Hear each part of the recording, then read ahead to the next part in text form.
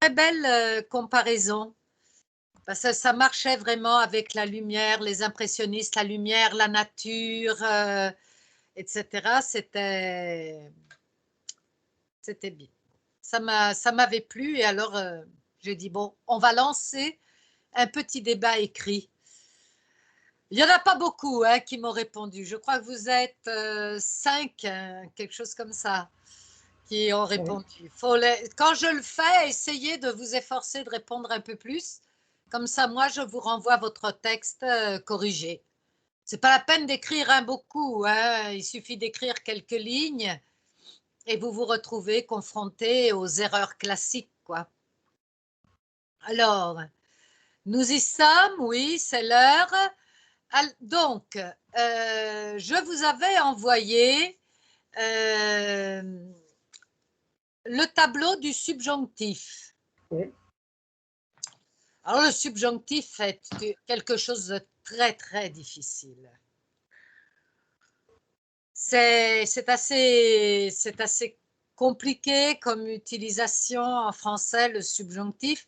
Mais pour commencer, je vais voir avec vous la conjugaison. Je vous ai tout envoyé, je vous ai envoyé les photos. En réalité, j'ai fait les photos du livre que moi j'utilise en grammaire, que j'estime que c'est un des meilleurs livres que l'on peut trouver sur la grammaire.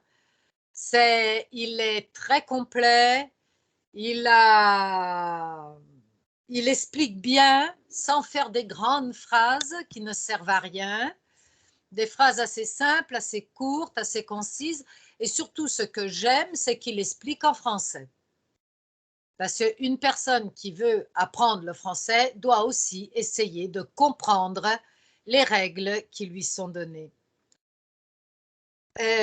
Si quelqu'un d'entre vous est intéressé à avoir ce livre pour consulter des fois, je peux vous l'envoyer en PDF parce que je l'ai en PDF.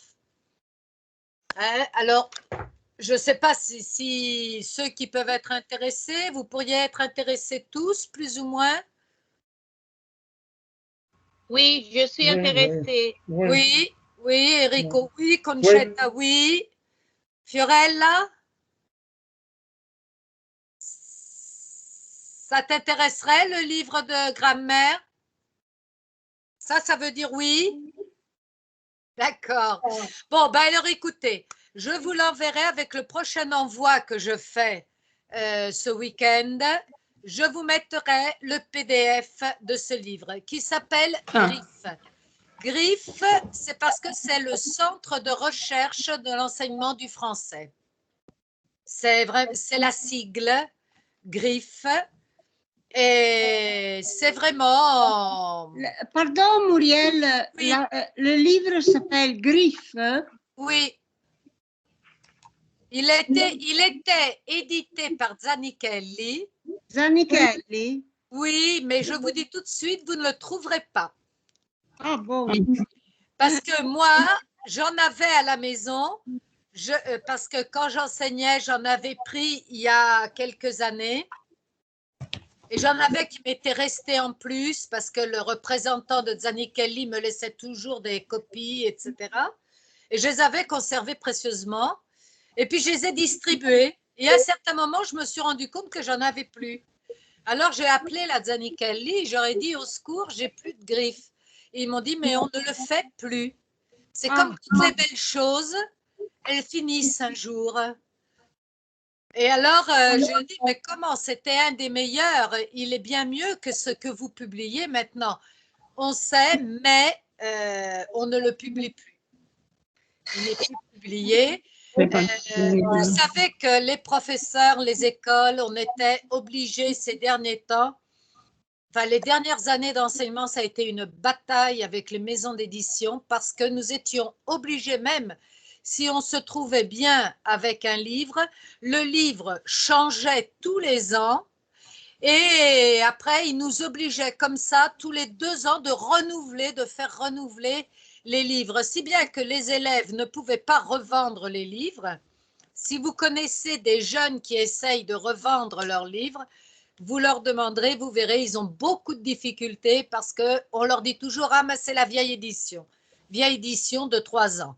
C'est absurde, c'est le commerce du livre qui doit fonctionner, quoi.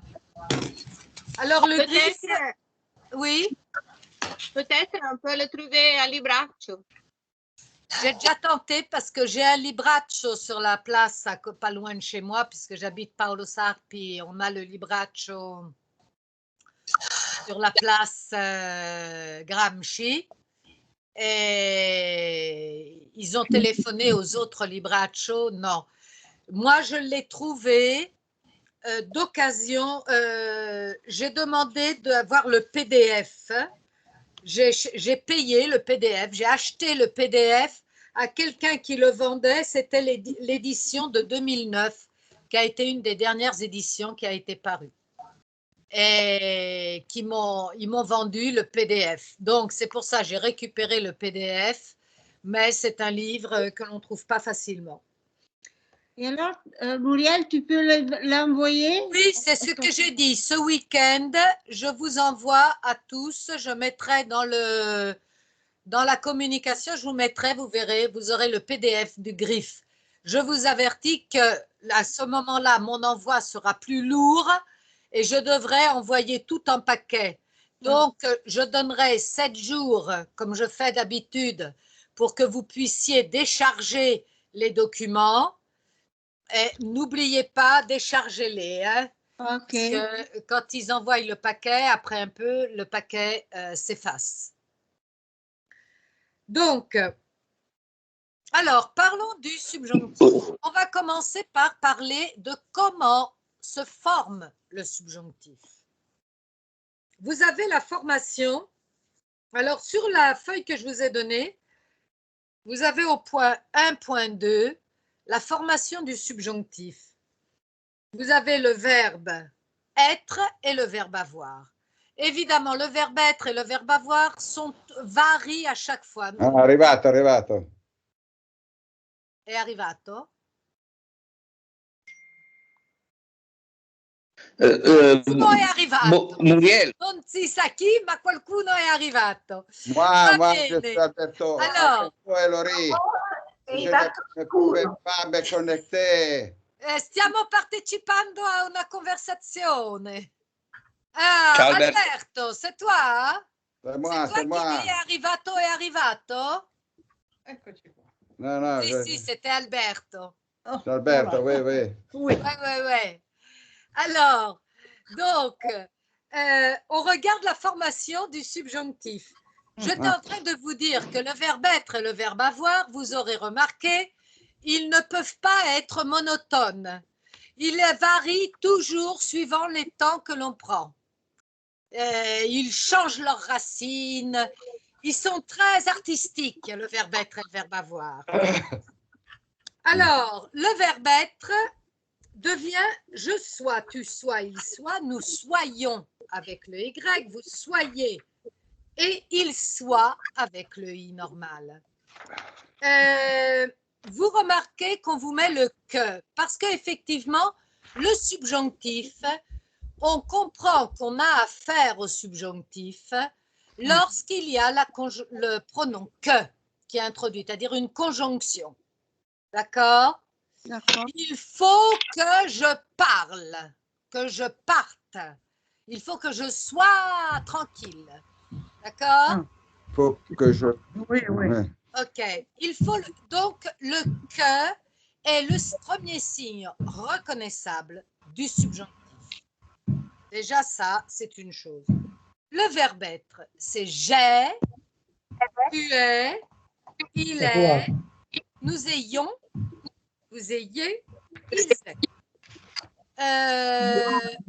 Le verbe avoir. Ça, c'est le verbe avoir. D'accord ? Je vous les ai lus parce que si vous voulez prendre note de comment on les prononce, vous voulez que je vous les relise pour la prononciation ? Oui ? Alors. Oui, merci. Que je sois. Que tu sois. Qu'il soit.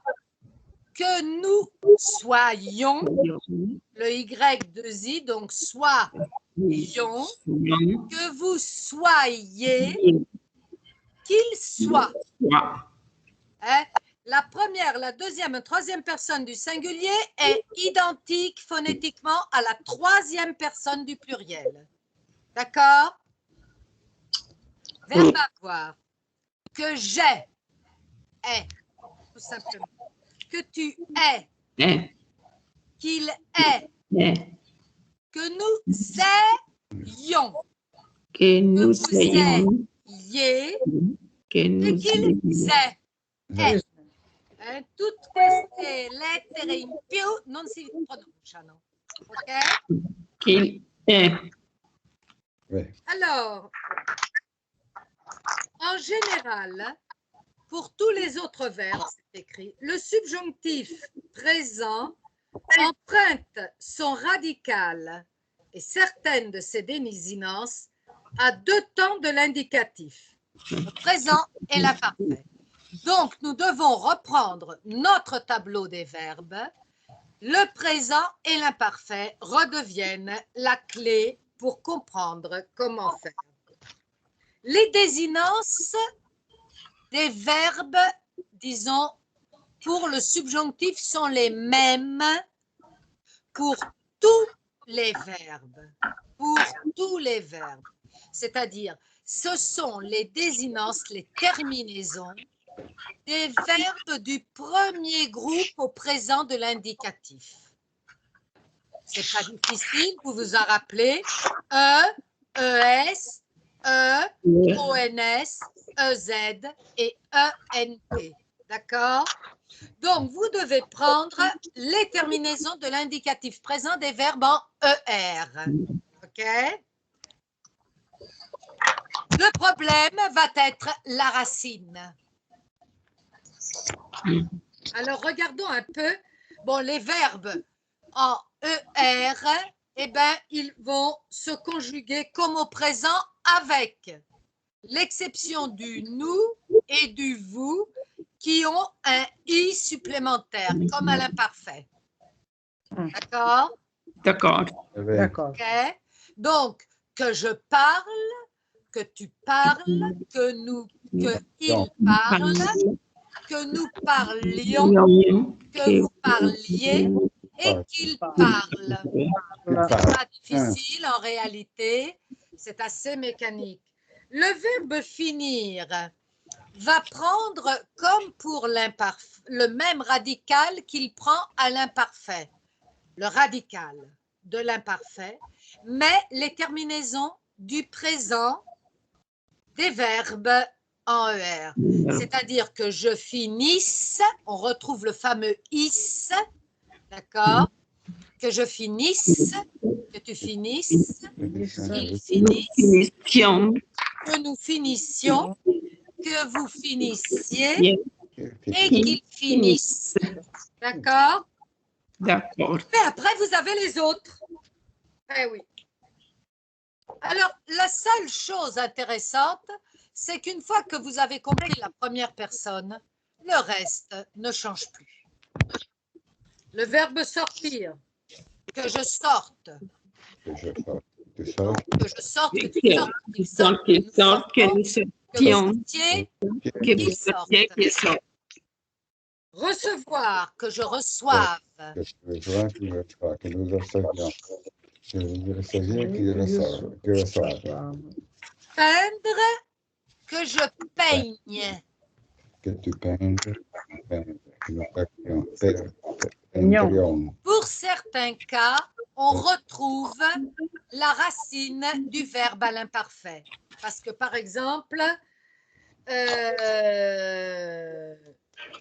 sortir, je prends la racine du verbe à l'imparfait.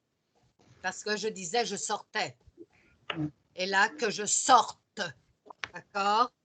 Je sorte. Pour recevoir, non, mi dispiace, parce que à l'imparfait, recevoir, c'est je recevais. Alors que là, c'est je reçoive. D'accord? Mais peindre, c'est comme l'imparfait. On part de l'imparfait. Je peignais et devient je peigne. Peigne. Je peigne. Attention, ne confondez pas que je peigne avec le pinceau et que je peigne les cheveux. Ah, L'un, c'est le verbe peigner, c'est-à-dire Peigne. peigner les cheveux, et l'autre, c'est le verbe peindre, c'est-à-dire mettre de la couleur. mhm. D'accord? Peigne. Leur conjugaison au subjonctif devient identique. Dire, on reprend le radical de l'imparfait, je disais, Je et dis il ça. deviendra que je dise. Dis ça. Croire. Et Je non, crois. parce que là, il y a un Y qui nous embêtait à l'imparfait, donc c'est que je crois. Je crois. Senza la Y, hein, que je crois. Mm. Voir, c'est pareil Voir. que croire, que je vois. C'est la même chose. Devoir, que je doive. Voilà. C'est comme recevoir, que je reçoive. Mm. Venir, que je vienne. Tenir, que je tienne, etc. Les cas particuliers. Qui sono sempre. Però ve le hanno messi tutti i 8 casi particolari. Ces 8 cas particuliers, c'est le verbe aller che cambia tutto Dai, et qui fait que j'aille, c'hai. que j'aille, Que j'ai. que j'aille. Ça dépend, il y a des Français qui prononcent que j'aille et des Français qui prononcent que j'aille.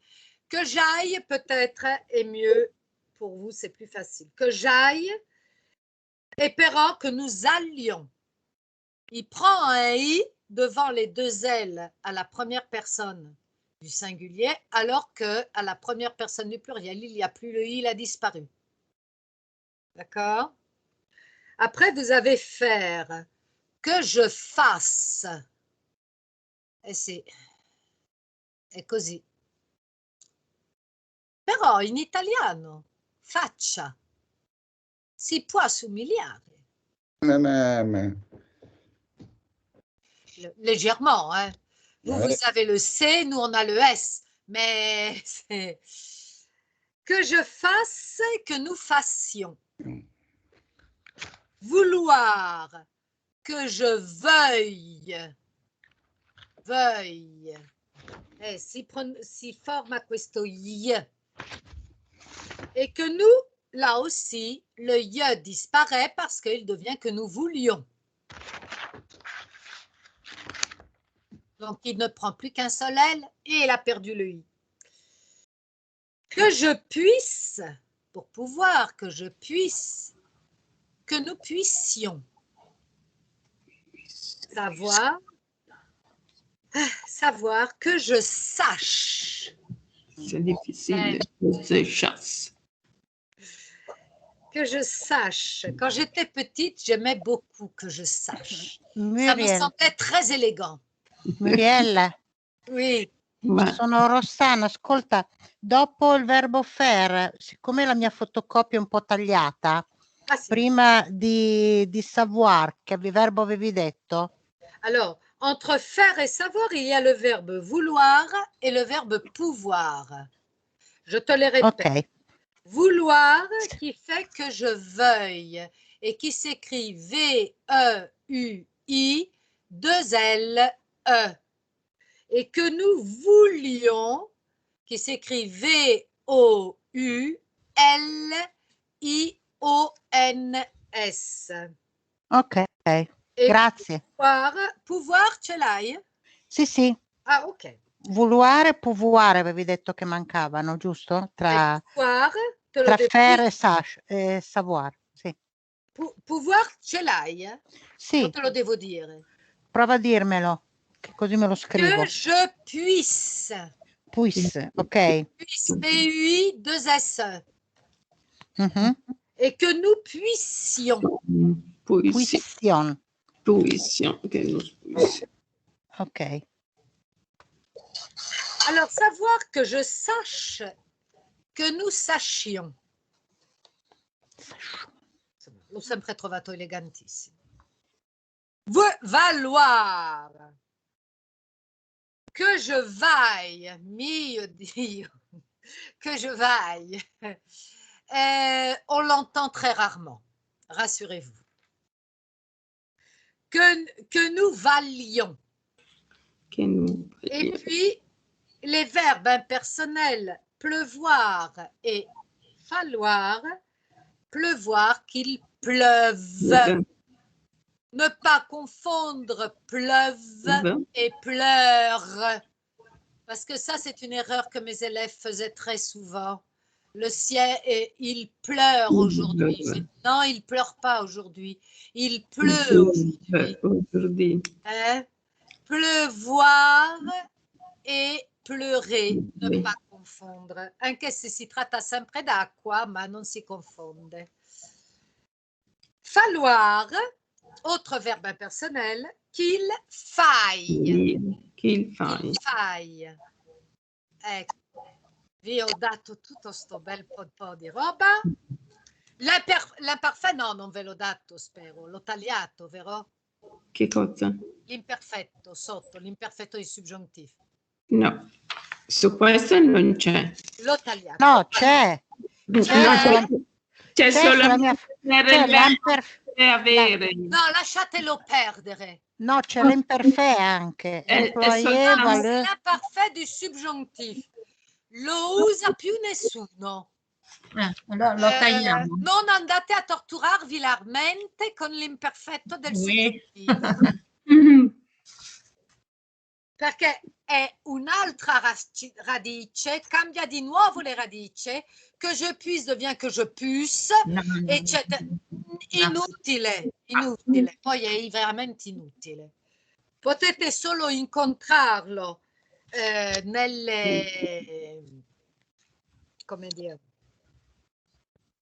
dans les livres du 19e, mais quand vous le rencontrez, vous l'identifiez sans vous mettre là à l'étudier. Non, alors c'est visiblement, je n'ai pas réussi quand j'ai fait la photo à partager et enlever l'imparfait. Vabbè, si siete beccati pure l'imparfait. Alors, maintenant, passons à la valeur. C'est-à-dire, quand est-ce que nous employons le subjonctif? Alors, le subjonctif s'emploie généralement dans une proposition subordonnée qui est introduite par le fameux « que ». D'accord? Il peut exprimer différentes choses. Alors, l'ordre, la volonté.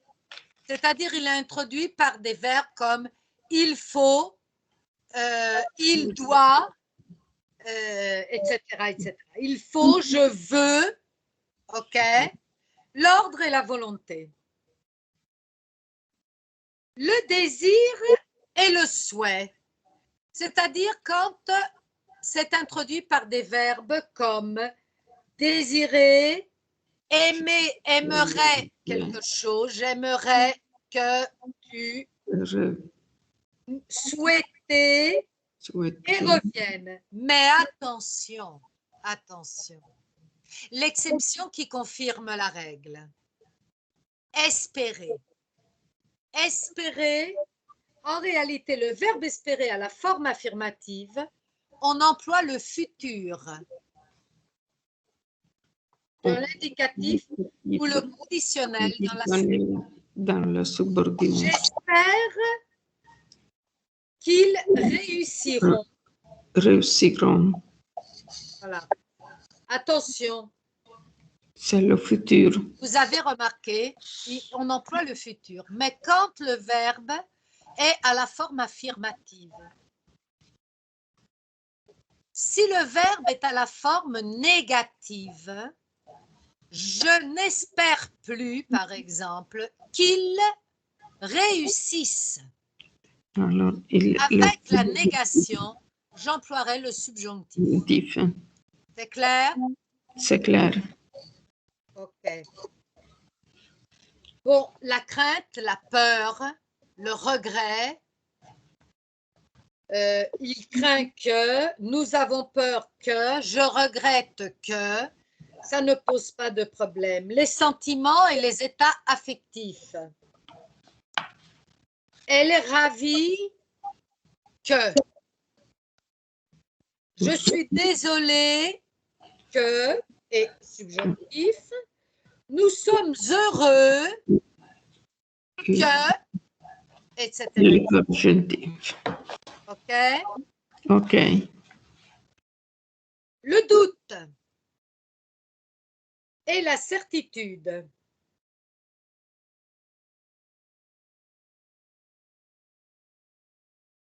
Il doute qu'elle dise la vérité.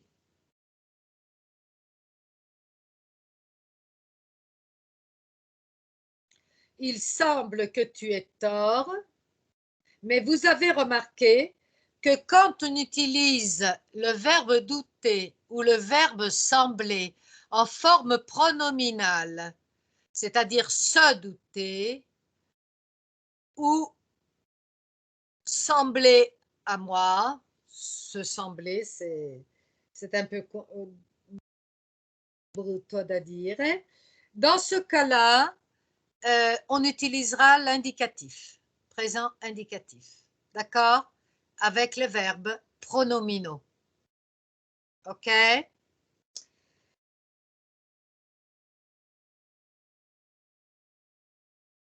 Et je ne suis pas sûre ou je ne suis pas certaine qu'elle est.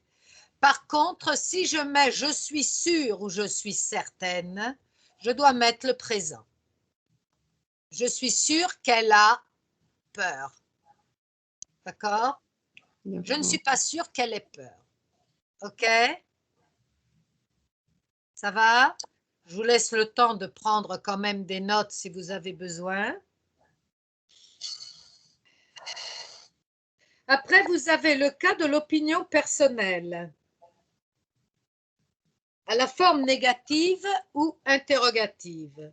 Je ne pense pas que, je ne pense pas, je ne crois pas, ou à la forme interrogative, on emploiera donc forme négative et interrogative avec penser, croire, on emploie le subjonctif, alors que à la forme affirmative, non. Hein?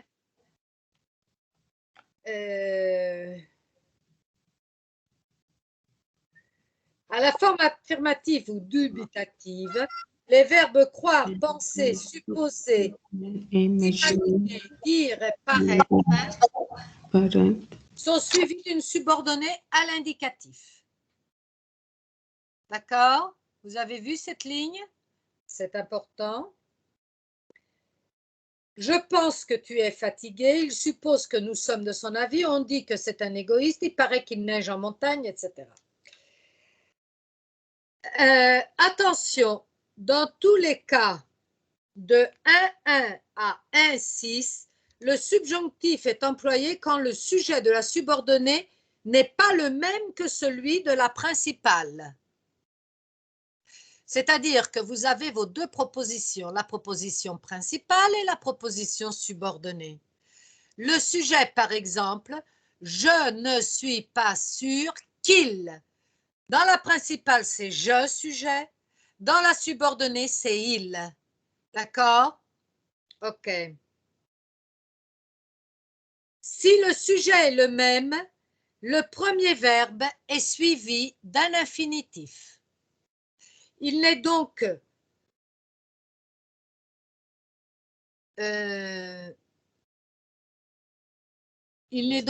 plus avec que, le que disparaît, parce que le que est obligatoire devant un verbe au subjonctif.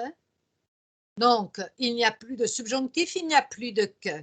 On vous a mis l'exemple, je veux qu'il parte, mais si c'est moi le sujet, je dirais je veux partir. Évidemment, c'est logique, hein? C'est pas... Après, certaines locutions conjonctives, afin que, pour que, qui indiquent le but et l'intention. Mes parents m'envoient en France pour que j'apprenne. le français. OK? Bon, je serai rentrée avant que vous arriviez. Si le sujet est le même, ce n'est plus avant que, je dirais, mais avant de. C'est-à-dire, je serai rentrée avant de répondre. D'accord? OK? Après, bon, bien que, quoique, sans que, indique la concession, l'opposition, et on utilise ça. Pourvu que, à condition que, jusqu'à ce que, soit que, quel que soit que, qui indique la condition, la supposition et l'éventualité, toujours on emploie le subjonctif. Aussi, après certaines expressions, comme il est naturel que tu sois fâché, par exemple. Il est naturel, il n'est pas sûr. Vous remarquez que, parce que si c'était il est sûr que tu es en colère. D'accord? J'utiliserai le présent de l'indicatif. Il n'est pas sûr que tu sois en colère. OK? Il y a des chances que, il est possible que, il est impossible que, il se peut que, il suffit que, ce qui compte, c'est que. Mais il est probable s'emploie souvent avec l'indicatif. Il est probable. Et là, vous êtes en train de revoir toute une série de locutions qui sont très importantes pour vous exprimer. Hein.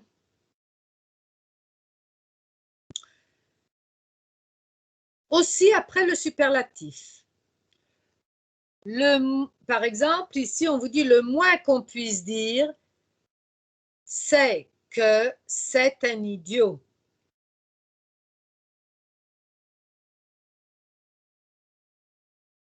Le moins qu'on puisse dire, le plus qui peut lui arriver, le pire qui puisse lui arriver. D'accord? Après les expressions, le premier, le dernier, le seul, l'unique, qui est un petit peu comme le superlatif, en fin de compte, Monsieur Dupont est le seul employé que je connaisse. L'unique employé, etc., etc. Pas de subjonctif en français après qui, quoi, quel, lequel. Après ce qui, ce dont, ce que, et après quel, combien, quand, pourquoi, comment, ou dans le style indirect. Le subjonctif est toujours introduit par que. D'accord? Qui n'apporte pas un subjonctif? Quel non plus. OK? Parce que peut-être qu'en italien, c'est peut-être différent.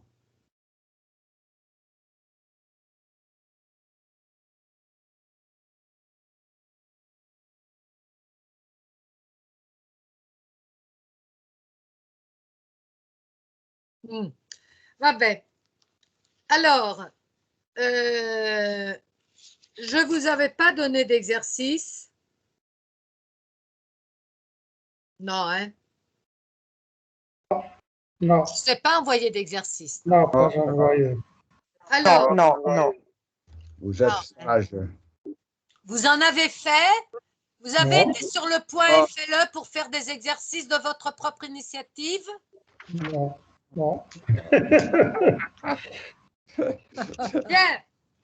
Alors, pour la prochaine fois, je vais quand même essayer de vous mettre tout ce que nous avons vu. Pas comment on conjugue, parce que comment on conjugue, basta, je pense. Mais dans un tableau avec les expressions, les différentes, de façon à ce que ce soit peut-être encore un peu plus clair. Et puis, ben, je vous enverrai quelques exercices à faire. C'est un peu pas, hein? Naturel. Hein? Bien. Alors, par contre, pensons à quelque chose de plus amusant. Je vous ai envoyé Prévert. Nous l'avons lu. Prévert, vous connaissiez probablement le poète sympathique, un peu léger, mais Prévert. Je pense qu'avec ce que je vous ai envoyé, vous avez compris qu'il n'est pas si léger que ça. Il est un petit peu comme tous ces auteurs qui sont enseignés à l'école primaire, et si bien qu'on dit, oh ben, je l'ai fait à l'école primaire. Qui n'a pas fait Prévert à l'école primaire? Vous, qui c'est que vous faisiez, comment il s'appelle l'autre poète italien? Oh. Che anche lui molto ironico, eh? Ironico? Sì. Gianni Rodari. Gianni Rodari. Rodari, bien sûr, Rodari.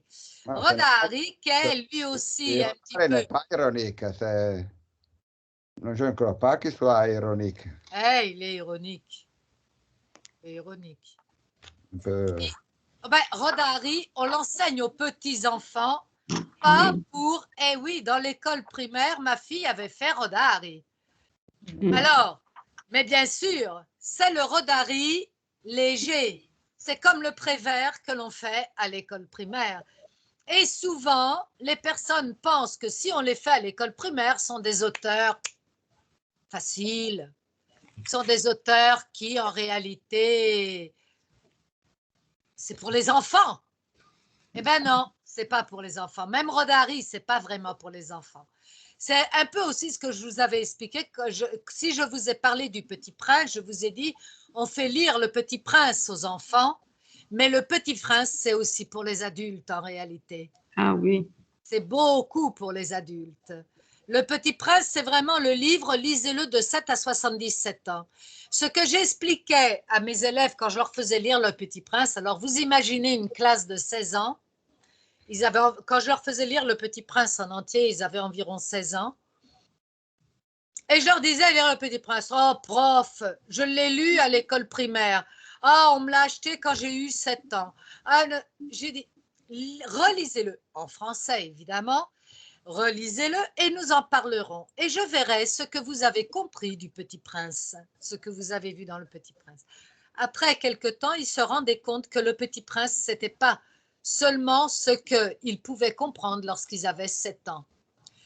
Ma fille, par exemple, probablement parce que beaucoup de gens ont pensé que c'est la fille d'une Française, quand elle a eu ses 7 ans, parce que le Petit Prince, en réalité, c'est un enfant qui a aux alentours des 6 à 7 ans, non? Quand ma fille a eu 7 ans, pour son anniversaire, on a eu au moins 7 ou 8 éditions du Petit Prince qui est arrivé comme cadeau d'anniversaire. Et j'ai essayé de la faire lire à ma fille. La petite, la grande l'avait lu, et tout de suite, et ça lui avait plu. Elle aimait bien ce goût de l'aventure que le Petit Prince révélait. La petite, c'est-à-dire la petite qui maintenant a 21 ans, qui est en train de faire ingénieur, quand je lui ai présenté le Petit Prince, elle m'a dit, maman, tu te vexes pas, hein? Mais ça me plaît pas. J'en ai lu des pages. Combien de pages tu as lu? Elle avait lu 7 ou 8 pages. Et non, mais ça m'intéresse pas, ça me plaît pas. Elle préférait autre chose. Elle aimait pas le Petit Prince. Elle m'a demandé, elle, de le relire, mais quand elle était grande, quand elle était beaucoup plus grande, quand elle était au lycée, quand elle a commencé à comprendre que peut-être que le Petit Prince, c'était aussi autre chose qu'elle avait envie de découvrir. Excusez-moi, je dois, vous voyez là, c'est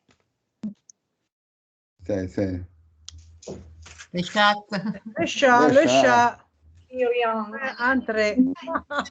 Il rentre à la maison.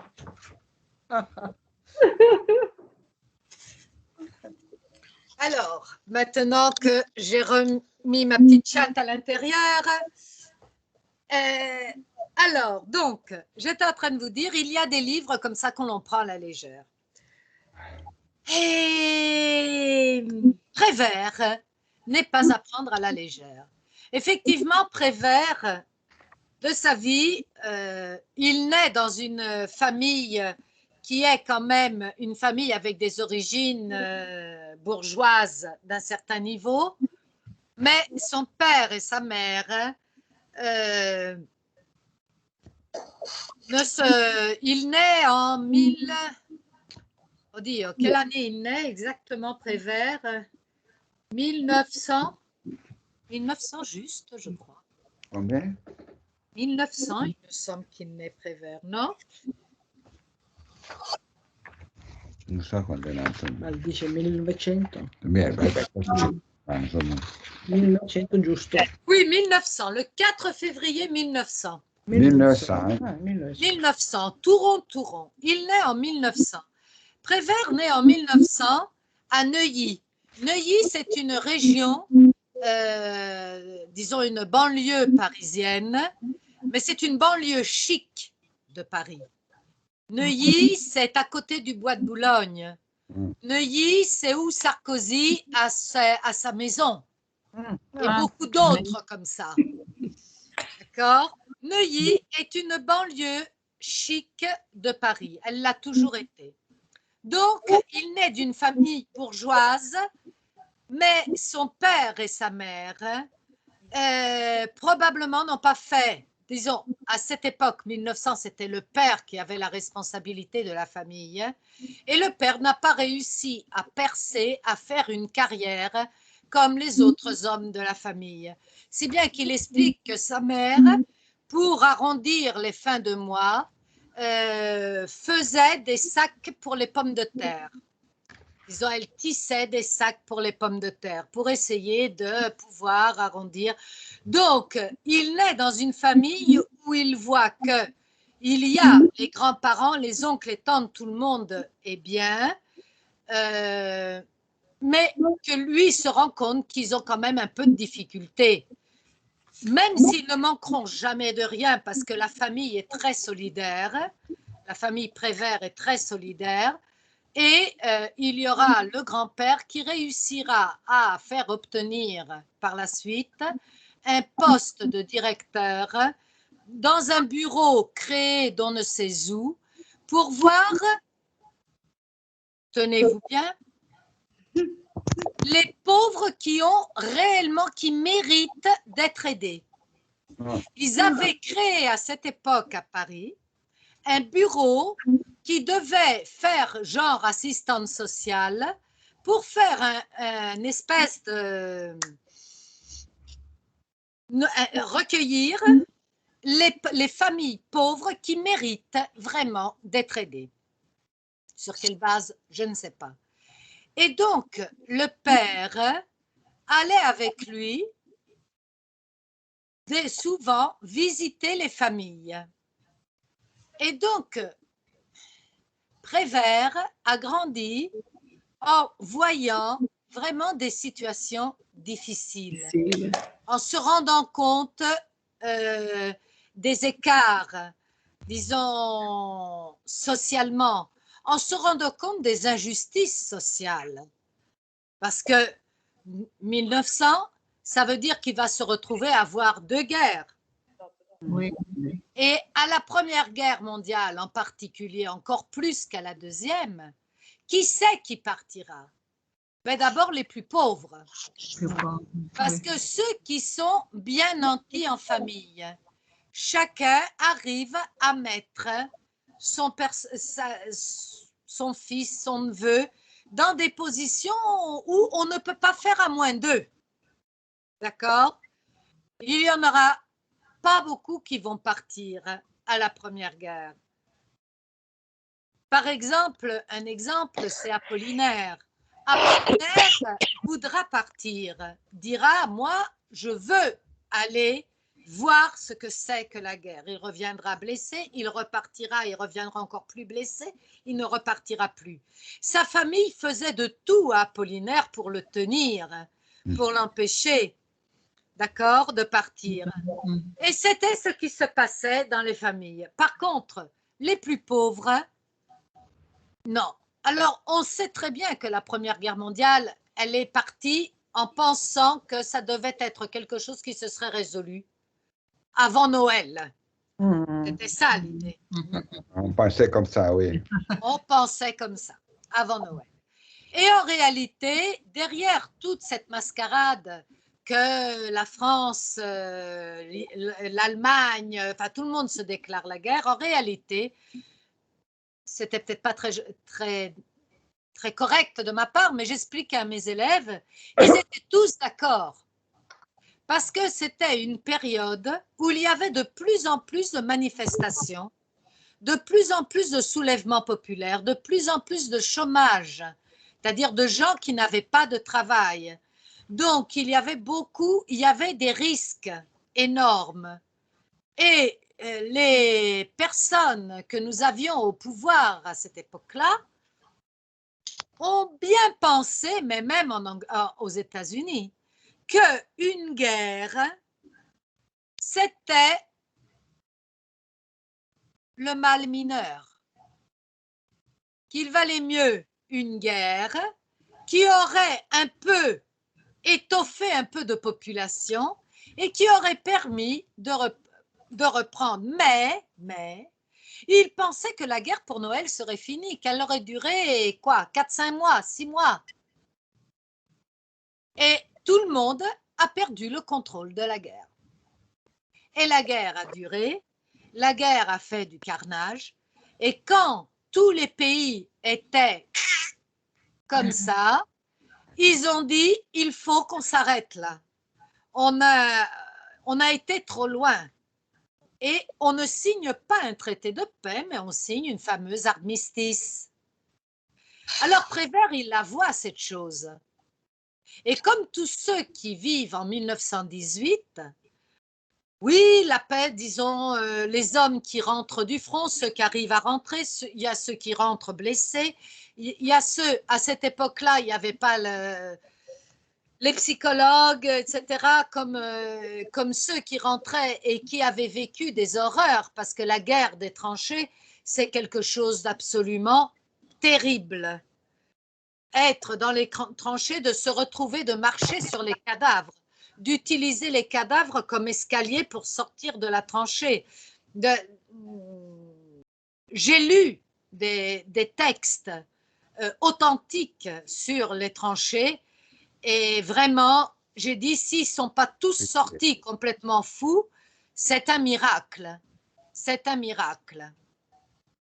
Alors, il est évident que tous ces hommes vont rentrer, mais vont rentrer très perturbés. Très, très perturbés. Les tensions vont continuer politiquement entre pays, etc. L'Allemagne, donc, perd sa guerre. Elle est obligée de redonner à la France ce qu'elle lui avait pris en 1870, c'est-à-dire l'Alsace et la Lorraine. La France reprend l'Alsace et la Lorraine. On essaye de faire repartir. Il y a bien la belle époque, c'est-à-dire une époque où on dit, bon, ben maintenant, ça repart, ça va aller mieux. Mais qui est un spectateur attentif se rend compte qu'il y a des tensions, il y a des choses qui ne vont pas. Tant est qu'en 1939, ça repart. Ça repart parce que l'armistice, ce n'est pas un traité de paix. Donc, ça repart en 1939.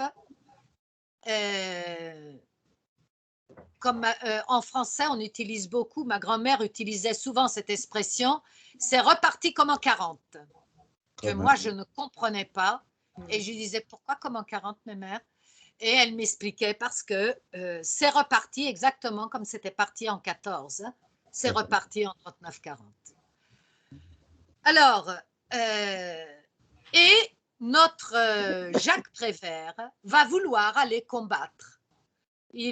On voudra le ramener, on voudra l'empêcher, mais il ira combattre. Il a cette approche, il veut comprendre le monde, disons, comment tournent les choses, comment tourne cette société. OK? Alors, Prévert, en réalité, sera un pacifiste. Il est pour la paix, évidemment.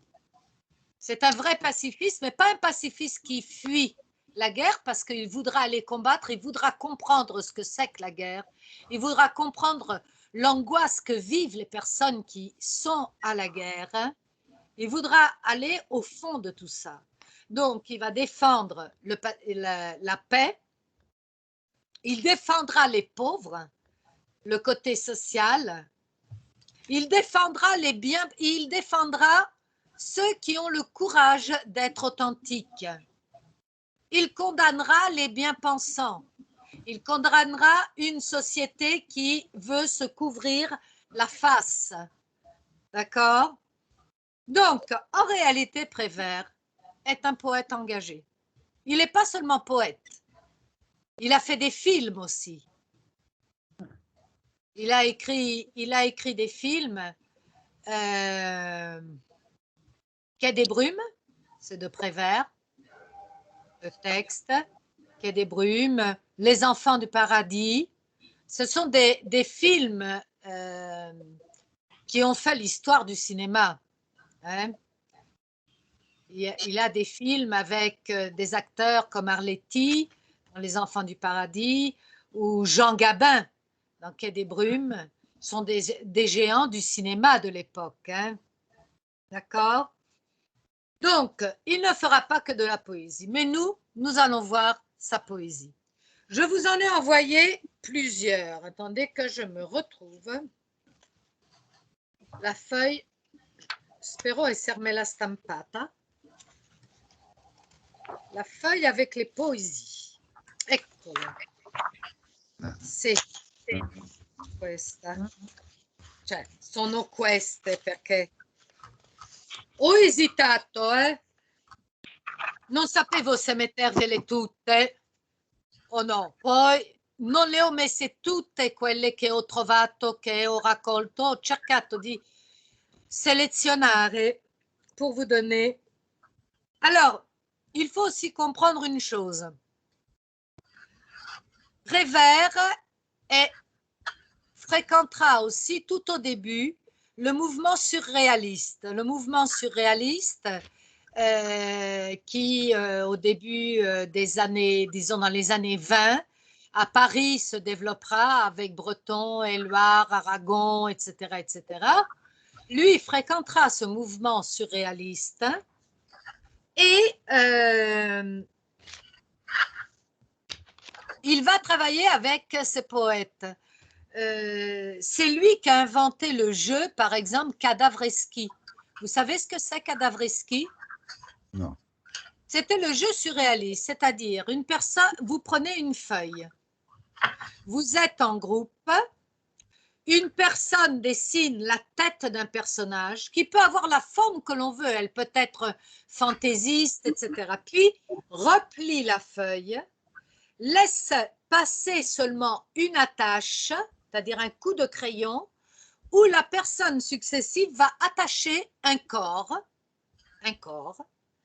puis replie la feuille, passe toujours sans se faire voir à un autre, en laissant les coups de crayon pour attacher les jambes, et ainsi de suite. À la fin, on regarde, on déplie la feuille, et on voit ce qui est venu, ce qui est sorti. C'est un jeu assez... Il y a des choses, je le faisais faire à mes élèves en classe, des fois, il y avait des choses qui étaient vraiment très jolies, qui venaient très bien. Des fois plus banales, des fois moins banales. Et Cadavreski, c'est un jeu pour faire voir qu'en réalité, les personnes sont toutes différentes et pensent à des choses différentes, même si elles sont en train de faire la même action. D'accord? Alors, les surréalistes, il va être avec eux pendant un certain temps et puis il va se séparer d'eux. Et d'ailleurs, il critiquera parce qu'il trouve que Breton se donne un peu trop l'air du poète. Et il dit la poésie, ce n'est pas quelque chose que l'on pèse, ce n'est pas quelque chose pour les savants, mais c'est quelque chose que l'on sent. Effectivement, Breton critiquait beaucoup Prévert et Prévert critiquait beaucoup Breton. Et la rupture avec le surréalisme est venue de leur mésentente. Alors, le premier que je vous ai donné, c'est lequel de poème? Qual è? Qual è? Premier jour. Portrait, Per le portrait d'un oiseau. Pour faire le portrait d'un oiseau. Ah oui, pour faire, elle est très belle cette poésie. Pour faire le portrait d'un oiseau. Alors, Alberto, tu commences à me la lire? Alors, pour faire le portrait d'un oiseau, peindre d'abord une cage avec une porte ouverte, peindre ensuite quelque chose de joli, quelque chose de simple, quelque chose de beau, quelque chose d'utile pour l'oiseau. Placer ensuite la toile contre un arbre, dans un jardin, dans un bois ou dans une forêt. Se cacher derrière l'arbre, sans rien dire, sans bouger. Voilà, tu t'arrêtes là, on va déjà voir un peu. Alors, vous remarquez que comme technique, il utilise beaucoup la répétition. Hein? Il utilise beaucoup la répétition. Oui. Quelque chose de joli, quelque chose de simple, quelque chose de beau, quelque chose d'utile. C'est une répétition pour rendre plus concret. D'accord? Oui. Pour l'oiseau. Placez ensuite la toile contre un arbre, dans un jardin, dans un bois ou dans une forêt. La toile sarebbe... Questa è una toile. La tela, la La tela. tela, la toile, la La tela. toile. Oui, oui. Se cacher derrière l'arbre, sans rien dire, sans bouger. Donc, encore une petite répétition. Laurie, tu continues? Alors, parfois, il arrive vite, mais il peut aussi mettre de longues années avant de se décider. Ne pas se décourager, attendre s'il le faut pendant des années. La vitesse ou la lenteur de l'arrivée de l'oiseau n'ayant aucun rapport avec la réussite du tableau. Quand l'oiseau arrive, s'il arrive, observez le profond silence, attendre que l'oiseau entre dans la cage. Et quand il est entré, fermez doucement la porte avec le pinceau, puis effacez un à un tous les barreaux, en ayant soin de ne toucher aucune des plumes de l'oiseau. Faire ensuite le portrait de l'arbre et choisissant la plus belle de ses branches pour l'oiseau, peindre aussi le vert feuillage et la fraîcheur du vent, la poussière du soleil et le bruit des bêtes de l'herbe dans la chaleur de l'été. Et puis attendre que l'oiseau se décide à chanter. Tu t'arrêtes là une seconde. Alors, on va voir. On retrouve toujours des répétitions comme la répétition du verbe attendre. Ce n'est pas par hasard, attendre. Attendre, c'est la chose que nous sommes le moins capables de faire. Nous ne savons pas attendre. Alors que lui, il dit, dans une espèce d'esprit sage, il faut attendre. Il faut avoir patience. D'accord? Oui. Parfois, là, ça arrive vite, mais il peut aussi mettre de longues années avant de se décider. Ne pas se décourager, attendre. Attendre s'il faut pendant des années. La vitesse ou la lenteur de l'arrivée de l'oiseau n'ayant aucun rapport avec la réussite du tableau. D'accord? Donc, s'il arrive, vous remarquez, fermez la porte avec le pinceau et puis effacez un à un tous les barreaux. D'accord? Alors, qu'est-ce que ça veut dire? Donnez-lui sa liberté. Donnez-lui la possibilité de choisir, de rentrer et de sortir quand il veut. D'accord? C'est très délicat. Oui. Ensuite, peindre le feuillage, la fraîcheur du vent, la poussière du soleil. Et vous voyez, ces images sont extraordinaires. Ouais. La poussière du soleil. D'accord? Les bruits, le bruit des bêtes de l'herbe. Non, le bruit des chats, les bruits des bêtes de l'herbe. Ça me fait penser à une chanson que je chantais à mes filles quand elles étaient petites pour les faire dormir, le jour de Noël, hein, où il disait, la chanson dit au petit garçon qui doit dormir, « Écoute les étoiles dans le ciel. » Écoute les étoiles dans le ciel. C'est un petit peu ça, le bruit des bêtes dans l'herbe et dans la chaleur de l'été. Bestioline. Muriel, ti saluto. Vi Già saluto finì? che vado. Ah, ok. Ah, on a réussi bien. Merci. Ok. Au revoir. Ciao a tutti. Alors, io concludo. Ciao. Posso finire la poesia? Sì, Sì. sì. Alors, les bruits des bêtes, hein?